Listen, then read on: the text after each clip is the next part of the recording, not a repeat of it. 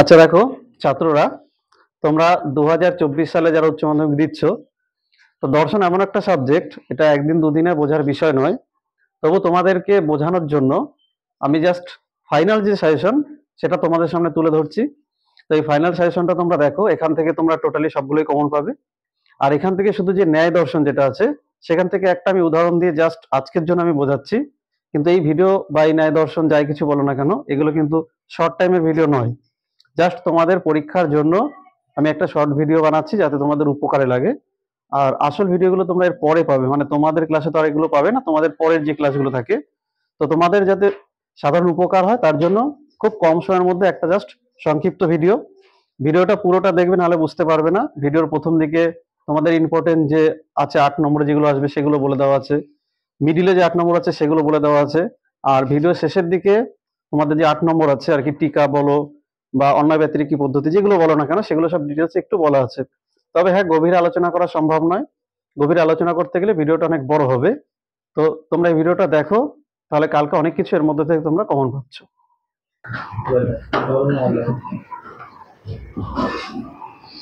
2024 সালে তোমরা যারা উচ্চ মাধ্যমিক পরীক্ষা দেবে, তোমাদের 80 নম্বরে যে দর্শন কোশ্চেনটা আসবে, সেই 80 নম্বর দর্শন কোশ্চেনের মধ্যে যে বড় প্রশ্নগুলো আসবে 5টা, আমি সেই বড় প্রশ্ন নিয়ে প্রথমে আলোচনা করছি। দেখো, প্রত্যেক বছর এই যে একের দাগে যে কোশ্চেনটা থাকে, একের দাগের কোশ্চেনটা প্রত্যেক বছর কিভাবে আসে? গুণ পরিমাণ আসে অথবা ব্যাপ্য আসে। যেহেতু 2023 সালে তোমাদের গুণ পরিমাণ চলে এসছে, তাহলে আমি 2024 সালে ধরে নিতে পারি প্রথম যে কোশ্চেনটা থাকবে, প্রথম কোশ্চেনে কিন্তু ব্যাপ্য থাকে। তোমরা যারা প্রশ্ন প্যাটার্ন ঠিকঠাক মতো জানো, তোমরা জানো যে প্রথমে একটা 8-এর দাগের কোশ্চেন থাকে, তারপর এখানে একটা 8 থাকে, তারপর এখানে একটা 8 থাকে, এখানে একটা 8 থাকে, শেষে 8 থাকে। এই 8গুলো কিভাবে থাকে? প্রথমে এই ব্যাপ্য অথবা গুণ পরিমাণে এখানে 4টে লজিক করতে হয় গুণ পরিমাণ নিয়ে, দিয়ে তোমাকে এক একটা করে 2 নম্বর, টোটাল 8। আবর্তন বিবর্তন, এটা দেখো আবর্তন ও বিবর্তন আমি যে লিখেছি, এটা 2023 সালে এসেছিল যে আবর্তন ও বিবর্তন করো। তাহলে এই বছর তোমাদের হয় আবর্তন আসবে অথবা বিবর্তন আসবে। এখানেও কিন্তু তোমরা পেয়ে যাবে 8 নম্বর। 3-এর দাগে যে কোশ্চেনটা থাকবে বৈধতা বিচার, তোমরা যারা ন্যায় দর্শন করতে জানো, এখানে কত থাকবে? 2টো ন্যায় থাকবে, 4 + 4। এখানে 2টো তোমরা ন্যায় যদি ঠিক করতে পারো, বৈধ হলে মূর্তি লিখতে হবে, আর বৈধ না হলে সেখানে কেন বৈধ নয় ব্যাখ্যা লিখতে হবে। তোমরা এখান থেকে 4 + 4 2টো পেয়ে যাচ্ছ। 4-এর দাগে যে কোশ্চেনটা, এটাও দেখো আগের বছর পরীক্ষাতে এসেছিল মিলের অন্যয় ব্যতিরেকি মিক্সড করে। তাহলে এই বছর আমি ধরে নিতে পারি অন্যয় পদ্ধতি আসবে অথবা ব্যতিরেকি আসবে। এখানে দেখো এই 8 নম্বর কিন্তু সরাসরি আসবে না, কিভাবে আসবে? যোগ আকার আসবে, 2 + 2 + 2 + 2। তারপরে 5-এর দাগে যে কোশ্চেন থাকবে আর কি শেষ, এখানে দেখো এখানে টিকা থাকবে 2টো, 4 + 4। এখান থেকে যদি 2টো টিকা করতে পারো, তাহলে এখান থেকেও কিন্তু তোমরা পেয়ে যাবে 4। এবার আমরা এই প্রত্যেকটা টপিকস নিয়ে বিস্তারিতভাবে আলোচনা করব।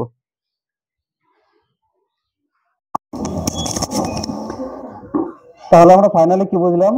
ব্যাপ্য অব্যাপ্য এখান থেকে তার মানে আসবে, এখানে আমরা তার মানে 8 নম্বর তুলতে হবে আমাকে এখানে। তাহলে এখান থেকে আমাকে যে কোনোভাবে হোক 8 নম্বর তুলতে হবে। যদি এখান থেকে তোমরা 4টে লজিক ঠিকঠাক করতে পারো, আর তার সঙ্গে 4টে ব্যাপ্য অব্যাপ্য ঠিকঠাক লিখতে পারো। দ্বিতীয় দেখো, এখান থেকে তাহলে কি আসবে? আবর্তন করো অথবা বিবর্তন করো। তো তোমরা আবর্তন বিবর্তন অলরেডি আগে শিখে নিয়েছো।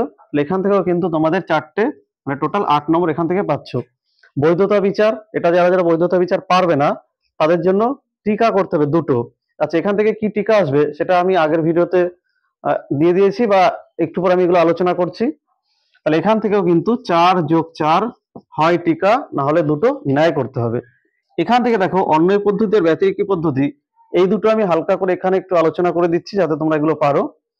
5 নম্বরে যেটা আছে, এখান থেকে কাকতালীয় দোষ, সহকার্যের দোষ, অবৈধ সামান্যীকরণ দোষ, একটি আবশ্যিক শর্তকে সমগ্র ঘটনার কারণ মনে করার দোষ। এই 4টে টিকা যদি করো, তাহলে এখান থেকেও কিন্তু 4 + 4 পেয়ে যাচ্ছ। তাহলে এটা হচ্ছে তোমাদের 40 নম্বরের ফাইনাল সাজেশন। এখান থেকে করলে এখান থেকেই তোমরা 40-এ 40 পেয়ে যাবে।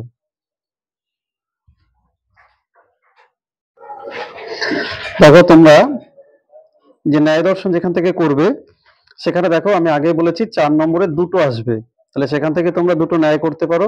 অথবা দুটো টিকা করতে পারো। তো যারা ন্যায় করবে, এই ন্যায় দর্শন করার জন্য তোমাদের 10টা নিয়ম জানতে হয়, তোমরা জানো। যারা সারা বছর ধরে পড়াশোনা করেছো তারা তো নিয়মগুলো জানো। তবু একবার আমি নিয়মগুলো একবার বলে দিচ্ছি, তারপরে আমি একটা উদাহরণ দিয়ে দেখাচ্ছি কিভাবে করতে হয়। দেখো, 1 নম্বর যে নিয়ম আছে, প্রত্যেকটি ন্যায় অনুমানে শুধুমাত্র 3টি বচন থাকবে, অর্থাৎ প্রধান আশ্রয় বাক্য, অপ্রধান আশ্রয় বাক্য, সিদ্ধান্ত। এটা আমি পরে বিস্তারিত আলোচনা করছি। আর এই 3টি যদি বচন না থাকে, তাহলে তখন সেখান থেকে একটা দোষ হবে। কি দোষ হবে? এখান থেকে হচ্ছে দুটি, মানে আশ্রয় বাক্য দুটো থাকতে হবে, একটা হচ্ছে প্রধান, একটা অপ্রধান। এখানে যদি একটা আশ্রয় বাক্য থাকে, তাহলে সেখান থেকে কিন্তু কোনো সিদ্ধান্ত পাওয়া যাবে না। এটা হচ্ছে প্রথম নিয়ম। এরপর আমরা যদি একটু দ্বিতীয় নিয়মটার দিকে এগোই, দেখো, প্রত্যেকটি ন্যায় অনুমানে 3টি করে পদ থাকবে। এখানে 3টে পদ মানে দেখো, সাধ্য পদ, পক্ষপদ, হেতুপদ। এই প্রত্যেকটা পদ একই অর্থে দুবার করে ব্যবহার হতে হবে।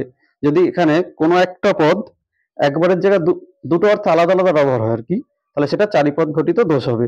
তো সেটাও কিভাবে হবে আমি একটু পরে আলোচনা করছি। 3 নম্বর নিয়মটা দেখো, যুক্তিবাক্য দুটির মধ্যে হেতুপদকে অবশ্যই একবার ব্যাপ্য হতে হবে। হেতুপদ যদি ব্যাপ্য না হয়, তাহলে তখন অব্যাপ্য হেতু দোষ হবে। তো এটাও আমি উদাহরণ হিসেবে দেখাচ্ছি একটু পরে। ভিডিওটা পুরো দেখবে, তাহলে এটা পুরোটাই তোমরা বুঝতে পারবে। 4 নম্বর আছে দেখো, যে পদ যুক্তিবাক্যে ব্যাপ্য নয় সে পদ সিদ্ধান্তে ব্যাপ্য হতে পারে না। সেক্ষেত্রে কি কি দোষ হতে পারে? অবৈধ সাধ্য দোষ, অবৈধ পক্ষ দোষ। আর 5 নম্বর যে নিয়মটা আছে দেখো, দুটি যুক্তিবাক্য যদি নঅর্থক হয়, তাহলে তা থেকে কোনো সিদ্ধান্ত পাওয়া যাবে না। অর্থাৎ ধরো প্রধান আশ্রয় বাক্য ই বচন, অপ্রধান আশ্রয় বাক্য ই বচন, তাহলে কোনো সিদ্ধান্ত পাওয়া যাবে না। আর এই 5টা নিয়ম যদি তোমরা ঠিকঠাক করে করে ফেলো, বাকি 5টা নিয়ম তোমাদের অটোমেটিক্যালি চলে আসবে। তবে আমি একবার দেখিয়ে দিচ্ছি। দেখো, তারপরে 6 নম্বর নিয়মটা দেখো, দুটি যুক্তিবাক্য একটি যদি নঅর্থক হয়, তবে সিদ্ধান্ত নঅর্থক হবে। যদি উভয় যুক্তিবাক্য সদর্থক হয়, তাহলে সিদ্ধান্ত সদর্থক হবে। 8 নম্বর, দুটি যুক্তিবাক্য যদি বিশেষ হয়, তাহলে কোনো সিদ্ধান্ত পাওয়া যায় না। 9 নম্বর, একটি যুক্তিবাক্য বিশেষ হলে সিদ্ধান্তটি বিশেষ হবে। আর 10 নম্বর দেখো, প্রধান যুক্তিবাক্যটি যদি বিশেষ হয় এবং অপ্রধান যুক্তিবাক্য যদি নঅর্থক হয়, তাহলে কোনো সিদ্ধান্ত লাভ করা যায় না। তো আমি আগেই বলেছি, এই যে 5টা নিয়ম আমি প্রথমে যে বললাম, এই 5টা নিয়ম থেকে ন্যায় দর্শন কিভাবে করতে হয় সেটা আমি একটা ছোট ভিডিওর সাহায্যে দেখাচ্ছি। এবার ওটা তোমরা ভালো করে দেখে নাও, কালকে পরীক্ষাতে তাহলে ওখান থেকে 8 পেয়ে যাবে।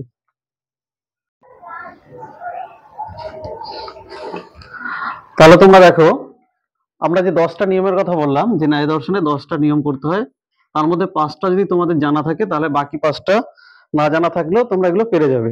তো কিভাবে করতে হয় দেখো, তোমাদের এইভাবে দুটো আসবে, এইভাবে তোমাদের দুটো ন্যায় করতে হবে। তো আমি এখানে দেখো লিখে রেখেছি কারণ, কেননা, যেহেতু। এই শব্দগুলো ভালো করে মাথায় মনে রাখবে।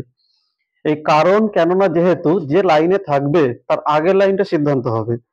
মানে এটা যেখানে থাকবে তার আগের লাইনটা সিদ্ধান্ত হবে।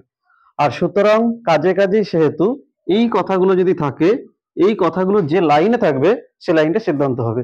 তাহলে দেখো, ভালো করে দেখো, এখানে আমি ভালো করে পড়ি। কলকাতা ভারতের অন্তর্গত, দুবাই ভারতের অন্তর্গত, সুতরাং দুবাই কলকাতার অন্তর্গত। তাহলে দেখো, এই যে সুতরাং কথাটা আমি এখানে কিন্তু পেয়ে গেছি এখানে। তাহলে এই সুতরাং কথাটা যেখানে যে লাইনটাতে আছে, তাহলে সেই লাইনটা আমার হবে সিদ্ধান্ত। আর তোমরা যখন ন্যায় দর্শন করবে, পিছন দিক থেকে সামনের দিকে আসবে। তাহলে তোমাদের যেটা বললাম, যে সবার প্রথম আমাদের সিদ্ধান্ত বার করতে হবে। তাহলে সুতরাং থেকে যে লাইনটা আছে, তাহলে সেটা হচ্ছে সিদ্ধান্ত। দুবাই কলকাতার অন্তর্গত নয়। তাহলে ভালো করে এগুলো পরিষ্কার করে দেখবে। তাহলে দুবাই কলকাতার অন্তর্গত নয়, তাহলে এটা কি বচন হবে? এটা হচ্ছে ই বচন। এটা ই বচন হবে। আর ই বচন গঠন তো তোমরা জানো। তাহলে দুবাই, দুবাই নয় কলকাতার অন্তর্গত। দুবাই নয় কলকাতার অন্তর্গত। আচ্ছা দেখো, এখানে তোমাদের যেটা মেন প্রধান বিষয়, আমরা প্রথমে বলেছিলাম যে 1 নম্বর নিয়মে বলেছিলাম, তোমরা নিয়মটা দেখে নিতে পারো, ভিডিওর প্রথম দিকে করা আছে। 1 নম্বর নিয়মে বলা ছিল যে 3টে বচন থাকতে হবে। আর 2 বা 3 নম্বর নিয়মে লেখা ছিল 3টে পদ থাকতে হবে। তো আমরা এই যে সিদ্ধান্তে প্রথমে যে পদটা পাবো, এটা সবসময় তোমরা এস লিখবে। আর পরে যে পদটা পাবো, সেটা সবসময় তোমরা পি লিখবে। তাহলে দেখো, তাহলে প্রথমে যেটা থাকবে সেটা হচ্ছে এস, তারপর হচ্ছে পি। দেখো, অনেকের এস দেখে মনে হবে যে সাধ্য পদ, আসলে এস মানে সাধ্য নয়। এস মানে হচ্ছে পক্ষপদ, আর পি মানে হচ্ছে সাধ্য পদ। তাহলে সিদ্ধান্তে প্রথমে যেটা থাকবে সেটা হচ্ছে তোমাদের পক্ষপদ, আর এটা যেটা থাকবে এটা হচ্ছে তোমাদের সাধ্যপদ। যাই হোক, এইবার তোমরা দেখো এই যে আগের লাইনটা, এবার একটা বিষয় আছে, এস দিয়ে যে শব্দটা থাকবে, এস দিয়ে যে শব্দটা থাকবে সেটাই কিন্তু অপ্রধান আশ্রয় বাক্যে হবে। তাহলে দুবাই কথাটা কোথায় আছে? কলকাতা ভারতের অন্তর্গত, দুবাই ভারতের অন্তর্গত নয়, তাহলে এটা অপ্রধান আশ্রয় বাক্য হবে। তাহলে এটা হবে অপ্রধান আশ্রয় বাক্য। তাহলে এটাও দেখো তোমাদের ই বচন হচ্ছে, দুবাই ভারতের অন্তর্গত নয়, তাহলে কি হবে? দুবাই নয় ভারতের অন্তর্গত।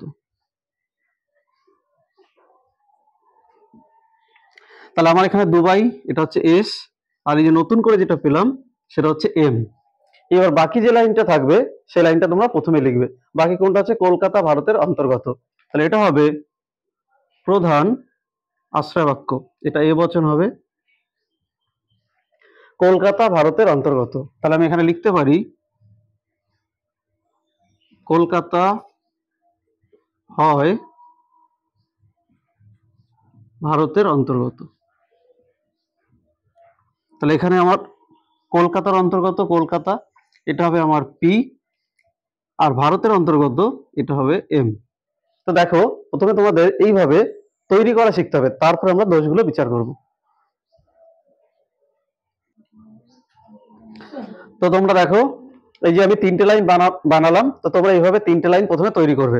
আমি আরেকবার রিপিট করে দিচ্ছি। দেখো প্রথমে দেখবে যে এই কারণ কেন যেহেতু এই শব্দগুলো আছে কিনা, কিংবা সুতরাং কাজে কাজে যেহেতু এগুলো আছে কিনা। তাহলে আমি দেখো সুতরাং যেহেতু পেয়ে গেছি যে সুতরাং কথাটা, তাহলে সেটা আমি সিদ্ধান্তে লিখেছি দুবাই কলকাতার অন্তর্গত নয়। তোমরা জানো যে পুরোপুরি যদি না বোঝায় তাহলে সেটা ই বচন হয়, তাহলে সিদ্ধান্তটাকে ই বচন দিয়েছি, দুবাই নয় কলকাতার অন্তর্গত। তাহলে প্রথমটা আমার এস পদ, দ্বিতীয়টা হচ্ছে আমার পি পদ। এস কথার অর্থ হচ্ছে পক্ষপদ, আর পি কথার অর্থ হচ্ছে সাধ্যপদ। এবার তোমাদের এটা মাথায় রাখতে হবে যে এই যে এস পদটা, এই এস পদ কখনো প্রথম লাইনে আসতে পারে না, এস পদ সবসময় দ্বিতীয় লাইনে থাকে। তাহলে এস হচ্ছে এখানে দুবাই, তাহলে এস কথাটা যেখানে থাকবে সেটা আমি দ্বিতীয় লাইনে নিয়ে আসবো। তাহলে এস আমার কোথায় আছে? দুবাই কলকাতার অন্তর্গত না, তার আগে দেখো দুবাই ভারতের অন্তর্গত নয়, তাই অপ্রধান আশ্রয় বাক্যে আমি এটা দিয়েছি দুবাই নয় ভারতের অন্তর্গত। এবার দেখো দুটো লাইন যেহেতু আমার হয়ে গেছে, তাহলে বাকি একটা লাইনই পড়ে থাকে, সেটা কোনটা পড়েছিল? কলকাতা ভারতের অন্তর্গত। তাহলে সেটা আমি এ বচন করলাম, কলকাতা হয় ভারতের অন্তর্গত। তাহলে এইভাবে তোমরা প্রথমে 3টে লাইন তৈরি করা শিখবে। এইবার আমাদের মেন বিষয় কি করে আমরা দোষটা ধরবো। তোমাদের আগেই বলেছি এই যে প্রথম 5টা নিয়ম আছে, এই 5টা নিয়ম যদি তুমি ঠিকঠাক করে ফলো করো তাহলে এর মধ্যে কিন্তু দোষটা পেয়ে যাবে। দেখো আমি এক একটা করে মেলাচ্ছি। 1 নম্বর নিয়মে বলা ছিল 3টে বচন থাকতে হবে, একটা হচ্ছে প্রধান আশ্রয় বাক্য, অপ্রধান আশ্রয় বাক্য, সিদ্ধান্ত। তাহলে আমার 1 নম্বর নিয়ম এখানে ঠিক হয়ে গেল। 2 নম্বর নিয়মে যাও, এখানে বলা হয়েছিল একই অর্থে শব্দ ব্যবহার হতে হবে দুবার করে। এখানে দুবাই একটা অর্থ, এখানে দুবাই দেখো একই অর্থে দুবার হলো, এই দুটো কিন্তু এস পদ। পি পদ কলকাতার অন্তর্গত, আর এখানে কলকাতা। তো ভালো করে দেখো এই দুটো শব্দ কিন্তু এক নয়। কলকাতা বলতে পার্টিকুলার কলকাতার জায়গাকে বোঝাচ্ছে, আর কলকাতার অন্তর্গত, তাহলে কলকাতার অন্তর্গত বলতে কিন্তু পার্টিকুলার জায়গাকে বোঝাচ্ছে না। কিন্তু দেখো ভারতের অন্তর্গত, ভারতের অন্তর্গত, এখানে দুটো এম পদ একই অর্থে ব্যবহার হয়েছে, কিন্তু দেখো পি পদ দুটো একই অর্থে ব্যবহার হয়নি। তাহলে এই যে একই অর্থে ব্যবহার হয়নি, তো নিয়মে দেখো লেখা আছে যে একই অর্থে যদি ব্যবহার না হয় তাহলে যে দোষটা হয় সেই দোষটার নাম হচ্ছে চারিপদ ঘটিত দোষ। তাহলে এখানে 3টে পদের জায়গায় 4টে পদ ব্যবহার হয়েছে, তাই এটি হচ্ছে চারিপদ ঘটিত দোষ। এইভাবে তুমি যদি দোষটা বার করে তারপর একটু বক্তব্য লিখতে পারো তাহলে কিন্তু এখানে তুমি 4 নম্বর পেয়ে যাবে। তাহলে এইভাবে তোমাকে কিন্তু ন্যায় দর্শনগুলো করতে হবে। তাহলে আমরা একটা যে ন্যায় প্র্যাকটিস করলাম সেটাতে তোমরা দেখলে চারিপদ ঘটিত দোষ। তো আমি আগেই বলেছি দেখো 4-5টা যদি তোমরা প্র্যাকটিস করো তাহলে এখান থেকে তোমরা পারবে। দেখো এখানে আরেকটা উদাহরণ আমি নিচ্ছি, সোনা মাত্রই চকচকে, এখানে সোনা মানে গোল্ড, কিছু কিছু ধাতু সোনা, সুতরাং সব ধাতুই চকচকে। তাহলে দেখো প্রথমেই সুতরাং কথাটা আমি পেয়ে গেছি, তাহলে যেখানে সুতরাং কথাটা থাকবে যে লাইনে সেটা সিদ্ধান্ত হবে সুতরাং সব ধাতুই চকচকে। তাহলে এটা আমি এ বচন করব সিদ্ধান্ত। তাহলে দেখো আমি সিদ্ধান্তে কি লিখেছি? সিদ্ধান্তে লিখেছি এ বচন, সকল ধাতু হয় চকচকে বস্তু। তাহলে আমার প্রথমে যে থাকবে উদ্দেশ্য স্থানে সে হচ্ছে এস, আর বিধেয় স্থানে যে থাকবে সে হচ্ছে পি।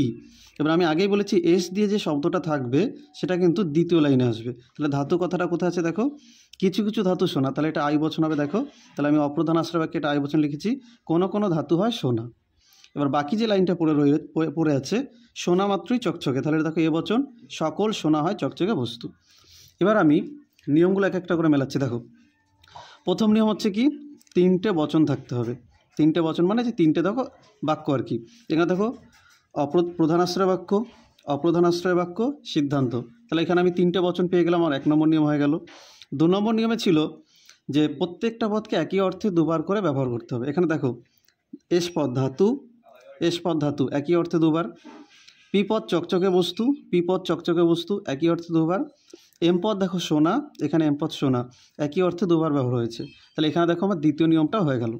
এবার আমি যে তৃতীয় নিয়মটা দেখব, এম পদকে একবার ব্যাপ্য হতেই হবে। দেখো এ বচন এম পদ উদ্দেশ্য স্থানে, তাহলে দেখো এটা টিক চিহ্ন দিয়ে বোঝালাম, এটা তাহলে ব্যাপ্য হয়ে গেছে। এই প্রধান আশ্রয় বাক্য অপ্রধান আশ্রয় বাক্যের মধ্যে একবার অন্তত ব্যাপ্য হতে হবে। এখানে দেখো আই বচনের বিধেয় স্থানে এম পদ আছে, এটা আই বচন ব্যাপ্য হয় না, কিন্তু এখানে আমার একবার ব্যাপ্য হয়েছে, তাহলে এখানে আমার একবারই হয়ে গেল। এইবার আমাকে দেখতে হবে সিদ্ধান্তে কোন পদ ব্যাপ্য হয়েছে। সিদ্ধান্তে দেখো এখানে এস পদটা ব্যাপ্য হয়েছে, তাহলে এইখানে সিদ্ধান্তে যে পদ ব্যাপ্য হবে সে পদ আমাকে আগেও ব্যাপ্য হতে হবে। তো দেখো এখানে অপ্রধান আশ্রয় বাক্যে এস পদটা দেখো আই বচনের বিধেয় স্থানে বসেছে, কিন্তু এখানে দেখো ব্যাপ্য হয়নি। তাহলে এখানে যেহেতু এসটা ব্যাপ্য হয়নি, তাহলে এটা হচ্ছে অবৈধ। তাহলে এখানে উত্তর হবে অবৈধ পক্ষ দোষ, পক্ষ দোষ। তাহলে এইভাবে তোমাকে লিখে কিছু যুক্তি দিতে হবে, মানে এই যেভাবে তুমি চেক করলে সেটা তুমি যদি লিখে দাও তাহলে এখানে কিন্তু 4 নম্বর পেয়ে যাচ্ছ। এবার আমরা নেক্সট উদাহরণের দিকে এগিয়ে যাব। এখানে দেখো আমরা আরেকটা উদাহরণ নিয়েছি, দেবতারা সকলেই সৎ, মীরাবাই সৎ, অতএব মীরাবাই দেবতা। তাহলে দেখো এই যে অতএব কথাটা আমি পেয়ে গেছি, তাহলে অতএব কথাটা যে লাইনে থাকবে সেটাই আমার হচ্ছে সিদ্ধান্ত। তো আমি লিখেছি দেখো সিদ্ধান্ত এ বচন, মীরাবাই হন দেবতা। তাহলে আমার এখানে হচ্ছে মীরাবাই হচ্ছে এস পদ আর দেবতা হচ্ছে পি পদ। তাহলে এস পদ যেটা থাকবে সেটা আমার মিডিলে আসবে। তাহলে এস পদ হচ্ছে মীরাবাই দিয়ে আর কি আছে দেখো মীরাবাই সৎ। তাহলে অপ্রধান আশ্রয় বাক্যে দেখো মীরাবাই হন সৎ। বাকি যে একটা লাইন পড়ে আছে দেবতারা সকলেই সৎ, তাহলে এটা এ বচন লিখেছি দেখো সকল দেবতা হন সৎ এ বচন। এবার আমরা একই রকমভাবে দেখো তিনটে বচন আছে নাকি দেখব। তাহলে 1 2 3 তিনটে বচন আছে, একই অর্থে দুবার করে সব পদগুলো আছে নাকি দেখো। মীরাবাই, মীরাবাই এস পদ একই অর্থে দুবার, সৎ আর এদিকে সৎ এম পদ একই অর্থে দুবার, দেবতা পি একই অর্থে দুবার হয়েছে। এবার আমাকে দেখতে হবে এম পদ একবার ব্যাপ্য হয়েছে কি হয়নি। এ বচনের উদ্দেশ্য স্থানে এম পদ বসেছে, দেখো ব্যাপ্য হয়নি। এখানেও দেখো অপ্রধান আশ্রয় বাক্যে এ বচনে দেখো এম পদ বিধেয় স্থানে বসেছে, এখানেও কিন্তু ব্যাপ্য হয়নি। তাহলে আমার নিয়মে বলা আছে যে এম পদকে একবার ব্যাপ্য হতেই হবে। এম পদ যদি একবারও ব্যাপ্য না হয় তাহলে সেটা কী দোষ হবে, সেটা হচ্ছে অবৈধ, তাহলে সেটা হচ্ছে অবৈধ হেতু দোষে দুষ্ট। দেখো এটা হচ্ছে আমার পক্ষ দোষ, এটা হচ্ছে সাধ্য দোষ, কিন্তু এখানে আমার এম দোষ হয়েছে, তাহলে এটা হবে অবৈধ হেতু দোষে দুষ্ট। বোঝা গেল? তাহলে আমরা এক একটা করে উদাহরণ দিচ্ছি। এবার নেক্সট আমরা আর একটা উদাহরণে যাব। তাহলে এবার দেখো আমরা আর একটা উদাহরণ নিয়ে আলোচনা করব। উদাহরণটা দেখো, সে কুসংস্কারাচ্ছন্ন নয়, কারণ অজ্ঞরা সকলেই কুসংস্কারাচ্ছন্ন এবং সে কখনোই অজ্ঞ নয়। তাহলে এখানে দেখো আমি কারণ পেয়ে গেছি। তাহলে আমি আগেই বলেছিলাম কারণ কেননা যেহেতু তার আগের লাইনটা সিদ্ধান্ত হবে। তাহলে এখানে দেখো সে কুসংস্কারাচ্ছন্ন নয়, সে নয় কুসংস্কারাচ্ছন্ন, তাহলে সে হচ্ছে আমার এস পদ, কুসংস্কারাচ্ছন্ন হচ্ছে পি পদ। তাহলে এস পদ যেটা থাকবে সেটাই আমি আগের লাইনে আনবো। তাহলে সে কখনোই অজ্ঞ নয়, তাহলে সে নয় অজ্ঞ। বাকি যে একটা লাইন আছে দেখো অজ্ঞরা সকলেই কুসংস্কারাচ্ছন্ন, তাই আমি একটা এ বচন করেছি, সকল অজ্ঞ ব্যক্তি হয় কুসংস্কারাচ্ছন্ন। এবার আমি আবার দেখো ওই তিনটে আমি যে নিয়মগুলো বলেছিলাম সেই নিয়মগুলো ফলো করব। তিনটে বচন থাকতে হবে এখানে, 1 2 3 তিনটে বচন আছে। একই অর্থে পদ দুবার ব্যবহার হয়েছে না দেখো, সে একই অর্থ, অজ্ঞ একই অর্থ, কুসংস্কারাচ্ছন্ন এই দুটো একই অর্থ। এবার আমার দেখতে হবে এম পদ একবার ব্যাপ্য হয়েছে কিনা দুটো আশ্রয় বাক্যের মধ্যে। এ বচনের উদ্দেশ্য স্থানে এম পদ বসেছে, এখানেও ব্যাপ্য হয়েছে, আর এই বচনে দেখো বিধেয় স্থানে বসেছে, এখানেও ব্যাপ্য হয়েছে। তো আমার একবার ব্যাপ্য হলে এখানে হবে। এরপর দেখো সিদ্ধান্তে যে পদ ব্যাপ্য হবে সেটা আগে ব্যাপ্য হয়েছে কিনা আমাকে দেখতে হবে। সিদ্ধান্তে এস ব্যাপ্য, এখানে দেখো অপ্রধান আশ্রয় বাক্যে এস ব্যাপ্য। সিদ্ধান্তে পি ব্যাপ্য, কিন্তু অপ্রধান আশ্রয় বাক্যে দেখো এখানে ব্যাপ্য হয়নি, কারণ এ বচনের বিধেয় স্থানে বসেছে। তাহলে এখানে আমার পি দোষ হয়েছে। পি দোষ মানে এটা কি বোঝাচ্ছে? এটা হচ্ছে সাধ্য দোষ। তাহলে দেখো আমি 4টে উদাহরণ দিয়ে পরপর বোঝালাম। প্রথমে তোমাদের একটা বোর্ডে বুঝিয়েছি, দেখো এটা চারিপদ ঘটিত দোষ ছিল। তারপর তোমাদের একটা উদাহরণ দিলাম, দেখো এটা অবৈধ পক্ষ দোষ বোঝালাম। তারপর দেখো অবৈধ হেতু দোষ বোঝালাম। তারপর দেখো অবৈধ সাধ্য দোষ এখানে বোঝানো হলো। তাহলে এগুলো তো দোষ হলো। এবার যদি দোষ না হয়, অর্থাৎ সব নিয়ম যদি ফলো করা হয়, তাহলে তাদেরকে বৈধ মূর্তি বলে। তো সেটা কি করে চিনব সেটাও আমি একটু দেখিয়ে দিচ্ছি। দেখো তো দেখো যদি 10টা নিয়মের মধ্যে কোনো নিয়ম যদি লঙ্ঘন না হয়, তখন তাকে বৈধ মূর্তি বা শুদ্ধ মূর্তি বলে। তো এই শুদ্ধ মূর্তি 4 ধরনের হতে পারে। 4টে সংস্থান আছে, প্রথম সংস্থান, দ্বিতীয় সংস্থান, তৃতীয়, চতুর্থ। সেটা আমরা কিভাবে চিনব? আমরা এই যে আমাদের এম এর পজিশন থেকে আমরা চিনব, মানে সাধ্যপদ, পক্ষপদ, হেতুপদ। হেতুপদ কোথায় আছে সেটা থেকে চিনব। দেখো প্রথম যে আমাদের আশ্রয় বাক্য থাকে সেখানে ধরো হেতুপদটা প্রথমে, আর দ্বিতীয় লাইনে যদি হেতুপদ সেকেন্ডে থাকে, অর্থাৎ দেখো এই যে শেপটা হয়েছে জেডের মতো একটা শেপ উল্টো, তাহলে এই যে শেপটা হয়েছে এরকম যদি শেপ থাকে তাহলে সেটা আমাদের প্রথম সংস্থান হবে। একটা উদাহরণ দেওয়া আছে, দেখো এখানে দেখো সকল মানুষ হয় মরণশীল, রাম হয় মানুষ, রাম হয় মরণশীল। 3টে দেখো এ বচন আছে, ভালো করে দেখো। প্রথম লাইনে দেখো এম এখানে আছে, দ্বিতীয় লাইনে দেখো এম শেষে আছে। তাহলে শেপটা দেখো আমি আগে যেটা বললাম এই শেপটা এসেছে। তাহলে এইরকম যদি এম এর শেপটা থাকে সেটা হচ্ছে প্রথম সংস্থান। তো সেখানে মূর্তির নাম আছে, 4টে মূর্তি আছে। দেখো বারবারা, সিলারেন্ট, ডেরিও, ফেরিও। তাহলে এখানে এ এ এ দেখো 3টে আমার এ বেরিয়েছে। তো এই যে বারবারাতে দেখো বি এ আর বি আর এ, এখানে একটা এ, দুটো এ, 3টে, যার জন্য এটা আমার একটা শুদ্ধ মূর্তি। তাই দেখো এখানে লিখেছি এটি একটি বৈধ ন্যায়, এটি প্রথম সংস্থানে শুদ্ধ মূর্তি, মূর্তিটির নাম হচ্ছে বারবারা। তাহলে এম এর পজিশন যদি এই অবস্থা থাকে এটা প্রথম সংস্থান। এবার দেখো এম এর পজিশন যদি এইভাবে থাকে, দেখো এই যে প্রধান আশ্রয় বাক্যে বিধেয় স্থানে, অপ্রধান আশ্রয় বাক্যে বিধেয় স্থানে যদি এম থাকে আর 10টা নিয়মে যদি তোমার সব ঠিকঠাক থাকে, তাহলে তখন যে মূর্তিগুলো হবে সেই মূর্তিগুলোর নামগুলো একটু দেখে নাও তোমরা। এই যে এগুলো একটু মুখস্থ করতে হবে তোমাদের, কেমিস্ট্রি, সিসারি, ফেস্টিনো, বারাকো। তাহলে এখানে একটা উদাহরণ দেওয়া আছে, দেখো এই যে দেখো এখানে আমার এ ও বেরিয়েছিল। তাহলে এ ও বেরোনোর জন্য তাহলে আমি এটা যদি খুঁজি, দেখো কোথাতে আছে, দেখো বারাকোতে B A R O C ও। তাহলে এখানে এ ও, তাহলে আমি এটা লিখবো দ্বিতীয় সংস্থানে শুদ্ধ মূর্তি, মূর্তিটির নাম বারাকো। তাহলে এটা গেল আমার দ্বিতীয় সংস্থান। এবার আমি যদি তৃতীয় সংস্থানে আসি, তৃতীয় সংস্থানে দেখো ঠিক দ্বিতীয় সংস্থানের উল্টো এম এর পজিশন। দেখো প্রধান আশ্রয় বাক্যে এম উদ্দেশ্য স্থানে, অপ্রধান আশ্রয় বাক্যে এম উদ্দেশ্য স্থানে আছে।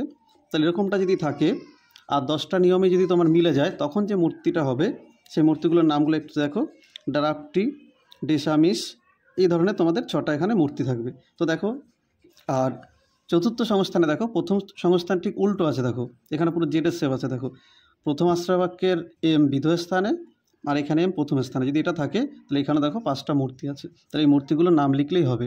তাহলে এইভাবে তোমাদের টোটাল ন্যায়ের চ্যাপ্টারটা ক্লোজ হবে। আর ন্যায়ের পরে আমি যেটা বললাম তোমাদের এই বছর তোমরা ধরে নাও অন্যয় পদ্ধতি অথবা ব্যতিরেকী পদ্ধতি আসবে। আর শেষে যে দুটো টিকা বললাম কাকতালীয় দোষ যে আছে, আগের বছর মন্দ উপমা দোষটা চলে এসেছিলো, ওটা তোমাদের এই বছর করতে হবে না। এবছর তোমরা করবে কাকতালীয় দোষ, আর তার সঙ্গে সহকার্যের যে দোষ, আর বাকি যে 4টে আমি সাজেশনে দিয়েছি, দেখবে একটা শর্ট ভিডিও আছে সেটা থেকে দেখতে পারো, বা আমি আজকে যে ভিডিওটা বানালাম এটা দেখতে পারো। এটা জাস্ট কালকে পরীক্ষার জন্য ভিডিওটা বানানো হয়েছে। এইগুলো ডিটেলসে বোঝাতে গেলে ভিডিওগুলো অনেক বড় হয়ে যাবে, তাই শর্টকাটে যতটা বোঝাতে পারলাম বললাম। আশা করি কালকে তোমাদের এগুলো পরীক্ষার কাজে লাগবে। যাই হোক, সবার পরীক্ষা ভালো হোক এটাই চাই।